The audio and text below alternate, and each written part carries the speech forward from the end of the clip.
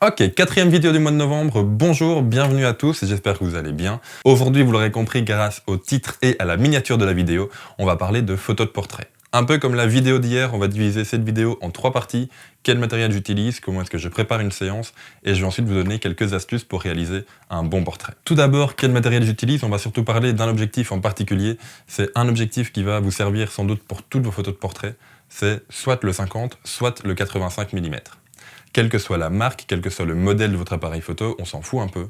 Il faut un objectif qui soit, en tout cas pour ce que je fais, à grande ouverture, 1.8, 1.4, voire même f2, c'est suffisant des fois, et qui ait une assez longue distance focale. J'ai une petite préférence maintenant pour le 85 par rapport au 50. Ces deux objectifs ont l'avantage d'être de très bonne qualité sans pour autant coûter une pêche, comparé au 24-70 2.8 ou au 70-200 2.8, qu'on peut trouver dans toutes les marques de nouveau, et qui vous donne un rendu plutôt flatteur pour vos portraits. Qu'est-ce que j'appelle un rendu flatteur? C'est tout simplement le fait que si vous shootez un portrait avec un grand angle, on va prendre l'exemple ici, vous voyez que mon visage va être complètement déformé, le nez va beaucoup trop ressortir, tandis que si vous shootez avec un 50 ou un 85 mm, comme les photos que je vous passe ici, le visage paraît beaucoup plus normal, sans déformation, en tout cas avec beaucoup moins de déformation. On peut également obtenir ce résultat, comme je vous l'ai dit, avec par exemple un zoom type le 70-200 2.8, mais il a un gros inconvénient, mis à part son prix en plus, c'est qu'il risque de faire peur à vos modèles. Si votre modèle n'est pas expérimenté, c'est un zoom qui fait cette taille-là, avoir ça pointé sur la tronche, ça fait pas toujours rendre les gens à l'aise.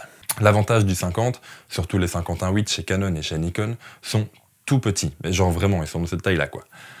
Du coup, ça permet de plus ou moins faire oublier l'appareil photo. Je dis plus ou moins parce que, évidemment, l'appareil est toujours présent. Comment est-ce que je prépare une séance maintenant? Tout simplement, eh bien, je parle d'abord énormément avec le ou la modèle que je vais shooter, de façon à oublier un petit peu le rapport photographe-modèle, mais plutôt à passer une après-midi entre potes. C'est un peu le même principe que pour le mariage que je vous expliquais hier.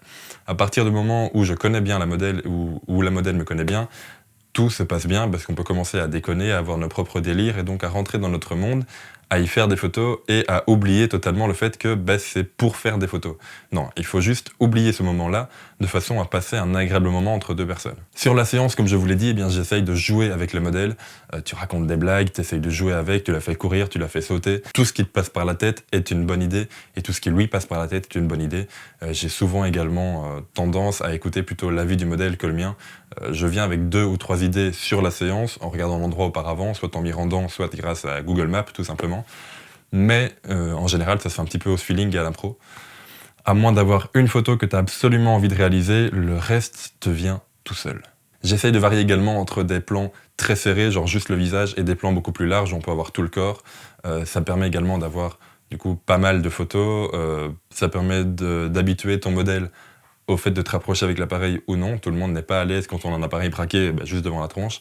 Certains oui, certains non, ça dépend. Et donc du coup, ça permet également de briser la glace. Bref, quand je sors d'une séance, j'ai en général entre 150 et 200 photos en 1 heure plus ou moins. Je shoot énormément, je sais pas si c'est votre cas également. Mais au final, quand je vais trier et retoucher les photos, je vais peut-être en sortir 5.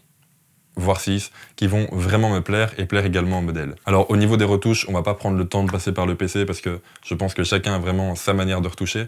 Moi, ce que je vous donne juste comme conseil aux gens, c'est de ne pas dénaturaliser le modèle. C'est-à-dire que si jamais le modèle ou la modèle a des points d'acné, ce sont des choses qui sont passagers, malheureusement ça arrive, ça je me permets de les retirer. Si par exemple il y a un point de beauté ou je sais pas moi, autre chose de marquant sur le visage, je le garde à l'image, parce que pour moi ça fait partie de la personnalité même du modèle. Et j'aime pas dénaturaliser les autres. Chacun son avis après là-dessus, c'est juste le mien. Au niveau des couleurs, j'essaie de garder quelque chose d'assez naturel quand je travaille en couleur.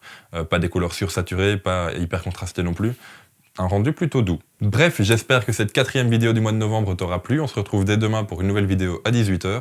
En attendant, eh bien, passez une bonne journée et on se dit à demain. Ciao!